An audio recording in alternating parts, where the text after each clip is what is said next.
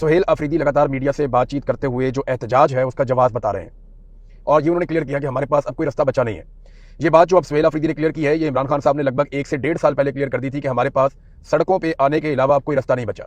जब 2024 में आईनी तरमीम कर दी गई थी और फिर उसके बाद 27वीं आईनी तरमीम की राह हमवार की जा रही थी, तो इमरान खान साहब ने तभी बता दिया था, बल्कि 26वीं आईनी तरमीम के बाद बता दिया था कि अब जो कुछ अदलिया के साथ और निज़ाम के साथ कर दिया गया है, अब पाकिस्तान तहरीक इंसाफ के पास या पाकिस्तान की आवाम के पास कोई भी रास्ता नहीं बचा सवाए इसके कि वो अब एहतजाज के लिए सड़कों पर आए। तो ये इमरान खान साहब ने पहले कह दिया था। सुहेल अफरीदी साहब ने अब ये कहा कि हमने अदालतों में जाकर देख लिया, हमने ऐवानों के अंदर जाकर देख लिया, हमने बातचीत करके देख ली, सारे दरवाजे खटखटा कर देख लिए, लेकिन कोई रास्ता बना नहीं। तो जब कोई और रास्ता नहीं बचता तो फिर आपके पास सिर्फ एहतजाज का रास्ता बचता। अब वो एहतजाज के अलावा कुछ और कर नहीं सकते। एक और भी उन्होंने ऐलान किया और उन्होंने ये कहा कि जुमेरात का दिन ये बहुत इंपॉर्टेंट है, यानी अभी मंगल का दिन है, मंगल के दिन तो इमरान खान साहब की बहनें जाएंगी दोबारा से मुलाकात करने के लिए, वो फिर कोशिश करेंगी। और नॉर्मली जब भी वो मंगल के दिन जाती हैं तो मुलाकात नहीं करवाई जाती। अब एक मरतबा फिर कोशिश की जाएगी कि मंगल के दिन दोबारा मुलाकात हो जाए, लेकिन अगर इमरान खान साहब की बहनों की मुलाकात नहीं होती तो वो वहां पे अलामती तौर पर धरना देंगे। एक नया अनाउंसमेंट जो सुहेल अफरीदी ने किया वो ये है, और वो जुमेरात के लिए किया है, और ये बड़ा ऐलान है कि तमाम लोग अडियाला जेल जाएंगे जुमेरात वाले दिन, और जुमेरात को अडियाला जेल जाएंगे, वहां पे अरकान असेंबली मौजूद रहेंगे। अगर मुलाकात करवाई तो ठीक है, अगर मुलाकात ना करवाई गई तो फिर पाकिस्तान के हर चौक को डी चौक बनाएंगे और जुमेरात की रात को पूरे पाकिस्तान में एहतजाज करेंगे। इससे एक मोमेंटम बिल्ड हो सकता है पाकिस्तान तहरीक इंसाफ की जानिब से, और इसके बाद एक क्रैकडाउन का बड़ा खौफनाक सिलसिला भी शुरू होगा पाकिस्तान तहरीक इंसाफ के खिलाफ। लेकिन ये क्रैकडाउन तो अब कुछ मान ही नहीं रखता, क्योंकि गुज़िश्ता 3-4 साल से क्रैकडाउन ही चल रहा है, और क्रैकडाउन कर करके लोगों को मार मार के चादर और चारदीवारी का तकद्दुस पामाल कर करके लोगों को काफी रिजिलियंट कर दिया है पाकिस्तान की मिलिट्री एस्टेब्लिशमेंट और इदारों ने मिलकर। अब एक और चीज जो सुहेल अफरीदी ने की वो भी अहम है। उन्होंने कहा जी कि इमरान खान को अगर कुछ भी हुआ तो उसके लिए जिम्मेदार कौन होगा। एक उन्होंने नाम लिया आर्मी चीफ का पहले नंबर पे, फिर उन्होंने कहा जी कि वजीर आजम पाकिस्तान का शहबाज शरीफ, फिर chief justice of Pakistan Yahya Afridi, और फिर जो बाकी जजेस हैं वो जिम्मेदार होंगे अगर कुछ भी होता है इमरान खान साहब को तो। अच्छा, एक उन्होंने यकीन दहानी भी करवाई सिस्टम को, यानी रास्ता भी सुहेल अफरीदी ने छोड़ा। ये बड़े जीरक सियासतदान की निशानी होती है कि आप पूरी तरह से ना दीवार के साथ लगते हैं ना आप लगाते हैं। जो जज्बाती लोग हैं मेरी तरह के या बहुत सारे और मेरे सोशल मीडिया के दोस्त हैं, हम लोग चीज़ों को और तरह कैलकुलेट करते हैं, हम ब्लैक एंड व्हाइट में देखना चाहते हैं, लेकिन रियलिटी में आपको कहीं ना कहीं रास्ता निकालना पड़ता है। इमरान खान साहब भी क्योंकि एक पॉलिटिकल लीडर हैं तो वो टेबल के ऊपर बैठने में हमेशा बिलीव करते हैं लड़ाई करने से ज्यादा, लेकिन उन्हें जब नजर आ गया कि टेबल पे कुछ मौजूद ही नहीं है तो फिर आपको प्रेशर बढ़ाने के लिए मैदान में जाना पड़ता है, और फिर अपने मुखालिफ को मजबूर आप करते हैं कि वो टेबल पर आए और दोबारा बैठकर बात करे और इंसाफ के साथ मामला तय हो जाए। अब एक यकीन दहानी भी करवाई सुहेल अफरीदी ने कि जी अब फैमिली की मुलाकात करवा दें, वकला की मुलाकात करवा दें इमरान खान साहब से, और हम आपको यकीन दहानी करवाते हैं कि बाहर आकर वो किसी किस्म की कोई प्रेस टॉक नहीं करेंगे, कोई प्रेस कॉन्फ्रेंस नहीं की जाएगी, आप सिर्फ इमरान खान साहब से मुलाकात करवा दें। तो जुमेरात को जो है वो पार्टी कोशिश करेगी, मंगल को यानी कल वाले दिन जो फैमिली है वो कोशिश करेगी। असल में कौन है बंदा जो इमरान खान के पीछे पड़ा हुआ है, कई मरतबा आपको पहले बता चुका हूं कि बंदा इस सारे खेल के पीछे जो मेन आदमी है जिसकी ये डिमांड है कि इमरान खान से छुटकारा दिलवाया जाए, वो नवाज शरीफ है। आप लोगों को शायद आज इस बात पर यकीन नहीं आएगा, लेकिन मैं आपको, क्योंकि इमरान खान खुद ये कह चुके थे कि लंदन प्लान उनके खिलाफ तैयार हुआ है। इमरान खान ने खुद हमें बताया था कि ना सिर्फ इमरान खान को गिरफ्तार करवाया जाएगा बल्कि नवाज शरीफ को पाकिस्तान में लाकर उसके मुकदमा खत्म किए जाएंगे और नवाज शरीफ को इलेक्शन लड़वाया भी जाएगा, उसकी अहलियत वापस दी जाएगी। ये इमरान खान साहब ने सब कुछ पहले बताया था। नवाज शरीफ वो आदमी है जो पाकिस्तान की मिलिट्री एस्टेब्लिशमेंट को बार बार ये कहता है कि मुझे इमरान खान से छुटकारा लेकर दो। नवाज शरीफ इसके पीछे एक बड़ा प्लेयर है, और मिलिट्री एस्टेब्लिशमेंट जो है वो बेगुनाह तो हो नहीं सकती, उन्होंने हमेशा जुल्म किया है। पाकिस्तान के जिस भी सियासतदान पे जुल्म किया है उसके पीछे से एक ही अगर कोई आप किरदार निकालेंगे तो मिलिट्री एस्टेब्लिशमेंट का ही होगा। जो इन्होंने किया बंगालियों के साथ, जो किया महाजरों के साथ, जो किया बलोचों के साथ, जो किया पठानों के साथ, जो किया पंजाबियों के साथ, अब वही इमरान खान के साथ किया जा रहा है, वही कश्मीरियों के साथ किया जा रहा है। तो अगर आप एक पीछे जिम्मेदार निकालें तो वो पाकिस्तान की मिलिट्री एस्टेब्लिशमेंट है। पाकिस्तान तहरीक इंसाफ ने अपने लोगों को कहा था कि एहतजाज करने के लिए आपने आना है और इजहार यकजहती के लिए भी आना है, और इस्लामाबाद हाई कोर्ट में सारे के सारे पहुंचे। ये फैसला गुज़िश्ता रात लगभग 10:30 बजे के करीब हुआ, और 12 बजे के बाद ये खबर हर तरफ फैल गई थी। यहाँ बरतानिया में मौजूद सहाफ़ी हम सबको पता चल गया, पाकिस्तान में मौजूद तमाम जर्नलिस्ट वो इसको रिपोर्ट कर चुके, लेकिन पार्लियामेंटेरियंस नहीं पहुंचे। सलमान अकरम राजा साहब ने वहां पे खड़े होकर काफी भड़ास भी निकाली। उन्होंने कहा ये 70-80 पार्लियामेंटेरियंस हैं, ये क्यों नहीं आए? क्या कौम अब इनका इंतजार करेगी या कौम अब इन पे भरोसा करेगी? कौम को अपने हक के लिए निकलना है, इन 70-80 लोगों के ऊपर आप भरोसा नहीं कर सकते। वो इतने मायूस हुए, उन्होंने कहा जी मैं गिड़गड़ाया इनके आगे, मैंने इन्हें कहा कि आप सबको आना होगा, लेकिन ये नहीं आए, ये सारे कहाँ गए? फिर उन्होंने कहा कि मैं जानता हूं कि कौन कौन नहीं आया और कौन कौन क्या कर रहा है। उन्होंने ये भी कहा कि मैं ये भी जानता हूं कि 5 अगस्त को कौन कौन आया और कौन कौन नहीं आया, तो हम एक्सपोज करेंगे। ये भी सलमान अकरम राजा साहब ने तंग आकर कहा। इस पर जो है पार्टी के कुछ लोगों ने, जिनमें जुनैद अकबर साहब भी हैं, लोगों ने कहा जी कि हमें तो बहुत लेट पता चला, अगर आप 12 बजे रात को बताएंगे तो कई लोग दूर दराज हैं वो कैसे आएंगे?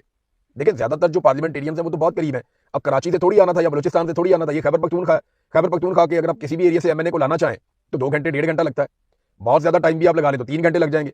तो इतना टाइम बहुत होता है पहुंचने के लिए अगर कोई आना चाहे, किसी की नीयत हो। हाँ, लेकिन कुछ लोगों का ये हो सकता है कि उनको इतला ना मिली हो, उन्हें खबर ना मिली हो, लेकिन अगर कोई इमरान खान साहब के बारे में इतना बेखबर है तो उसको फिर इमरान खान साहब की पार्टी में इस वक्त सियासत करने का कोई हक नहीं है। यानी ये तो इमरजेंसी का टाइम है ना, इस वक्त तो आपको किसी वक्त कोई भी खबर आ सकती है। आपको फौरी तौर पे तैयार रहना होगा, क्योंकि लोगों ने आपको वोट इसलिए नहीं दिया कि आपने कोई हुकूमत बना के गुड गवर्नेंस करनी है। लोगों ने आपको वोट इसलिए दिया कि आपने इमरान खान के हक के लिए आवाज उठानी है और उसकी रिहाई के लिए आपने कोशिश करनी है। भारत पार्लियामेंटेरियन नहीं पहुंचे तो इसके ऊपर जो है वो थोड़ी खटपट होगी पार्टी के अंदर, लेकिन फिर जुनैद अकबर साहब ने और सलमान अकरम राजा साहब ने समझदारी का सबूत दिया और उन्होंने चीज़ें जो हैं वो आपस में बेहतर कर ली और रिजॉल्व कर ली। लेकिन एक चीज़ जो मैं देख रहा हूँ, वो पाकिस्तान का मीडिया अब पाकिस्तान तहरीक इंसाफ के अंदर जो इख्तिलाफात पैदा हुए वो उन्हें हवा दे रहा है। यानी जो आवाज़ उठाई गई सबसे पहले सोशल मीडिया पे कि ये एहतजाज इतना लंबा क्यों चला गया, पहले तो मीडिया चुप रहा। फिर जैसे जैसे ये इख्तिलाफात कम होना शुरू हुए, जब सबने इस बात को मानना शुरू कर दिया कि ठीक है अब 27 सितंबर है तो सारे रल के 27 सितंबर पे जोर लगाते हैं, जबकि सारे के सारे इस बात के ऊपर आमादा होना शुरू हो गया, जब पाकिस्तान तहरीक इंसाफ में एक इत्तफाक राय डेवलप होना शुरू हुआ, तो सेम टाइम में उसी वक्त पाकिस्तान का मीडिया जो है वो खबर देना शुरू करता है कि इख्तिलाफात शिद्दत इख्तियार कर गए। तो आप यहां से अंदाजा कर लें कि पाकिस्तान की मिलिट्री एस्टेब्लिशमेंट को यह कितना पसंद है कि पाकिस्तान तहरीक इंसाफ के अंदर इख्तिलाफात पैदा हो, खासतौर पर उस मौके पर जब एहतजाज का ऐलान किया गया है। अब देखिए कितने 5 दिन गुजर गए, तो ये बाकी दिन भी गुजर जाएंगे। ये 50-55 दिनों की कोई हैसियत नहीं है। 27 सितंबर को आना ही आना है, वो तारीख हर हाल में आएगी, आप जो मर्जी कर लेंगे। हाँ, अगर उससे पहले क़यामत आ जाती है तो नहीं आएगी, अदरवाइज वो तारीख आनी आनी है। तो उस तारीख को सबको फेस भी करना पड़ेगा, सबको अपनी कारकर्दगी भी दिखानी पड़ेगी। तो उसकी तैयारियां करना ज्यादा जरूरी है बजाय इसके कि उससे पहले लड़ाइयां की जाएं। अब मीडिया भी लड़वाने की कोशिश कर रहा है, लेकिन समझदारी ये है कि पाकिस्तान तहरीक इंसाफ के कुछ हल्कों ने यह समझा कि लोगों को इकट्ठा किया जाए और लड़ाई जो है उससे गुरेज किया जाए। नाज़रीन, जो बात सुहेल अफरीदी ने की थी ना सेक्टर कमांडर वाली, ये एक मौका मिला सुहेल अफरीदी को और पाकिस्तान तहरीक इंसाफ को, तहरीक तहफ़्फ़ुज़ आईन पाकिस्तान को, इवन फजलुर रहमान को, तमाम लोगों को ये मौका मिला है कि ये पाकिस्तान की मिलिट्री एस्टेब्लिशमेंट को यहां से पीछे हटाएं। यानी इस एक नुक्ते को लेकर वो आवाज उठा सकते हैं। खैबर पख्तूनख्वा की असेंबली में पहले तो नाम लें कि सेक्टर कमांडर कौन था, उसका नाम क्या है और किन अल्फाज में किस दिन उसने धमकी लगाई है। वज़ीर आला का एक एक मिनट रिकॉर्डेड होता है। वज़ीर आला ये बता सकते हैं कि इस दिन इतने बजे इस जगह पे ये वाले सेक्टर कमांडर ने, ये इसका नाम है, ये इसका रैंक है, इसने मुझे धमकी लगाई थी और इन अल्फाज में धमकी लगाई थी। और उसके बाद वो करारदाद पेश करें सूबाई असेंबली में, करारदाद को पास करें और उसके बाद एक एफआईआर दर्ज करवाएं पुलिस स्टेशन के अंदर।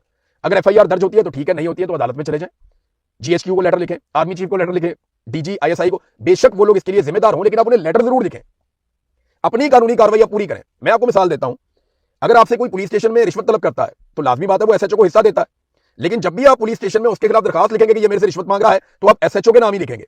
लिहाजा आपको अपनी कानूनी कार्रवाई पूरी करनी चाहिए ताकि वो सनद रहे और बवक्ते जरूरत, क्योंकि वक्त बदलेगा, याद रखिएगा वक्त ऐसा नहीं रहेगा। ये जो लोग आज फिरौन बने हुए ना, ये सारे कल को तरसेंगे, ये सारे लोग कल को, याद रखिएगा मेरी बात आप, ये सारे लोग कल को मदद मांगेंगे, ये मिन्नतें कर रहे होंगे कि हमारी जान छूट जाए किसी तरह, और जान नहीं छूटेगी। जितना जुल्म इन्होंने कर दिया ना, हर जालिम के लिए बड़ा दर्दनाक अजाब है और ये अल्लाह रब्बुल इज्जत ने फरमाया। आप देखना इनके साथ होगा क्या।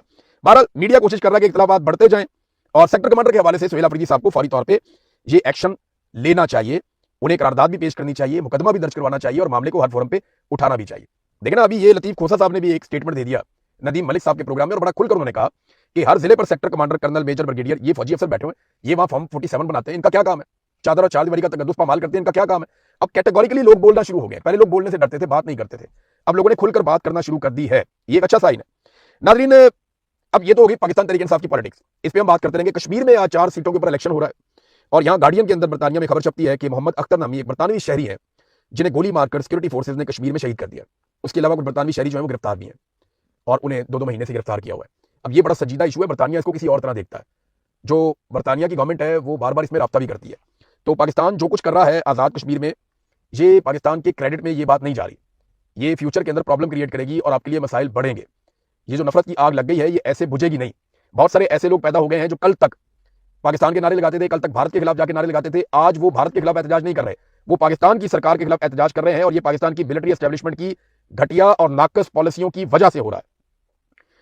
नाज़रीन, ज़ीशान एवान साहब है, इन्होंने एक डाटा निकाला, ये डाटा बड़ा इंटरेस्टिंग है। डाटा ये बताता है कि ये पूरा जो खित्ता है ना जहां पे हम रहते हैं पाकिस्तान, यहां पे सबसे ज्यादा जो तनख्वाहें और अलाउंसेज है ना वो पाकिस्तान के पार्लियामेंटेरियंस के पास है। अंदाजा कीजिए आप, हमारा मुल्क मईशत में सबसे ज्यादा नीचे गया हुआ है, सरमायाकारी में हमारी बर्बादी फिर गई है, दहशतगर्दी में हम सबसे आगे चले गए हैं, लेकिन पार्लियामेंटेरियंस की तनख्वाहें और मुराद सबसे ज्यादा है, हमारी अलाउंसेज सबसे ज्यादा है। नंबर 1 पे पाकिस्तान आता है जी, और नंबर 2 पे पाकिस्तान से बहुत नीचे जाके इंडिया आता है, नंबर 3 पे बांग्लादेश है, नंबर 4 पे श्रीलंका है, और ये चारों ममालिक पाकिस्तान से ज्यादा तरक्की याफ्ता बाकी मुल्क इनके बाद आते हैं। लेकिन आप अंदाजा कीजिए कि हमारे खित्ते में सबसे ज्यादा तनख्वाहें और अलाउंसेज जो हैं वो पाकिस्तानी पार्लियामेंटेरियंस की हैं, बाकी सबके कम है। लेकिन कारकर्दगी आप देख लें तो वो अपने मुल्क को कहां से कहां ले गए और हमने अपने मुल्क को कहां से कहां पहुंचा दिया। बल्कि पाकिस्तान की वाहिद फौज है इस पूरे खित्ते में जो कारोबार करती है, खाली पार्लियामेंटेरियंस को बुरा नहीं कहना चाहिए, हमारी फौज वाहिद फौज है जो कारोबार करती है और उसने कोई ऐसी जंग नहीं की जिसमें हमने अपनी जमीन वापस ले ली हो, यानी जिसमें कश्मीर आजाद करवा लिया हो, हमने अपना पानी छुड़वा लिया हो या कुछ ऐसा कर दिया हो। इंडिया को हमने ठोका एक दो दफा हमें मार पड़ी, हमारे 90,000 कैदी भी बन गए, हमारा आधा मुल्क भी इंडिया ने तोड़ दिया, इंडिया ने बदौर ताकत उन्होंने तोड़ दिया, उनके जर्नैल वहां पे आ गए थे और हमने वहां पे सरेंडर किया, हमने हथियार फेंके। बहुत मायूब है, बड़ी तकलीफदेह बात है, लेकिन कारोबार भी यही फौज करती है और भरपूर कारोबार करती है, बड़ा मुनाफा कमाती है। फिर जो इनके कारोबारी इदारे हैं वो टैक्स भी नहीं देते, जो मर्जी आप कर लो, कहते हैं फलाई काम करते हैं, हम टैक्स क्यों दें, फलाई काम करते हैं, उसके अंदर हमने बराबर कर दिया। अब नाजरीन एक मैं आपको ये वीडियो दिखाता हूँ, जरा वीडियो देखें आप, छोटी सी है, 22 सेकंड की वीडियो है।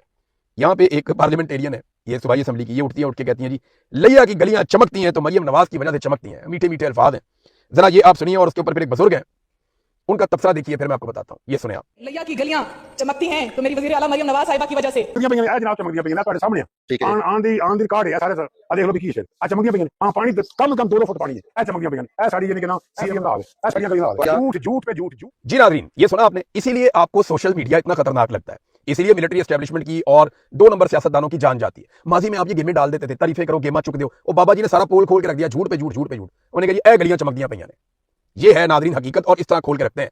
तो मेरी पाकिस्तानियों से गुजारिश है कि अगर आप इन्हें एक्सपोज करना चाहते हैं, ये सबसे बेहतरीन तरीका होता है, ये जब कभी कोई बोंगी मारें या जब कभी अपनी गेम उठाएं, फौरी तौर पे आप हकायक उसके साथ जोड़ें, इनका क्लिप उठाएं, उसके साथ जो हकीकत है उसको साथ जोड़ें और जोड़ के दुनिया को दिखाएं जनाब ये इनकी औकात है। ये है सोशल मीडिया का सबसे बेहतरीन इस्तेमाल। अब सोशल मीडिया का इस्तेमाल तो ये भी है ना, देखें शहबाज शरीफ का अगर आप स्टेटमेंट देखें या इन लोगों के सारों के आप देखें, महंगाई मार्च इन्होंने किया इमरान खान साहब की हुकूमत गिराने के लिए कि ये महंगाई बहुत हो गई है, हम इमरान खान की हुकूमत गिरा रहे हैं। कोई एक चीज इमरान खान की हुकूमत गिरने के बाद किसी एक दिन भी इमरान खान के दौर से सस्ती हुई हो तो आप मुझे बता दें, चैलेंज है। कोई एक चीज जो ज्यादातर हम पाकिस्तानी इस्तेमाल करते हैं, मेन चीजों में से पेट्रोल कर लें, बिजली कर लें, गैस कर लें, आटा कर लें, गंदम कर लें, आप दालें कर लें, चावल कर लें, चीनी कर लें, कुछ भी चीज उठा लें आप, कोई एक चीज आप बताएं कि इमरान खान साहब की हुकूमत खत्म होने के बाद, रजीम चेंज ऑपरेशन के बाद एक दिन भी इमरान खान के दौर से सस्ती हुई हो, कोई एक चीज बता दें। यानी ये जो नया डाटा है ना, इसके मुताबिक पेट्रोल की जो असल कीमत है ना, उससे 140 रुपए सिर्फ पेट्रोल के ऊपर इजाफी वसूल किए जा रहे हैं। ये हालात हैं नाजरीन इनके, और इन्होंने पाकिस्तान के कर दिए। अब तक के लिए इतने, अपना ख्याल रखिएगा, अपने चैनल का भी। अल्लाह हाफ़िज़।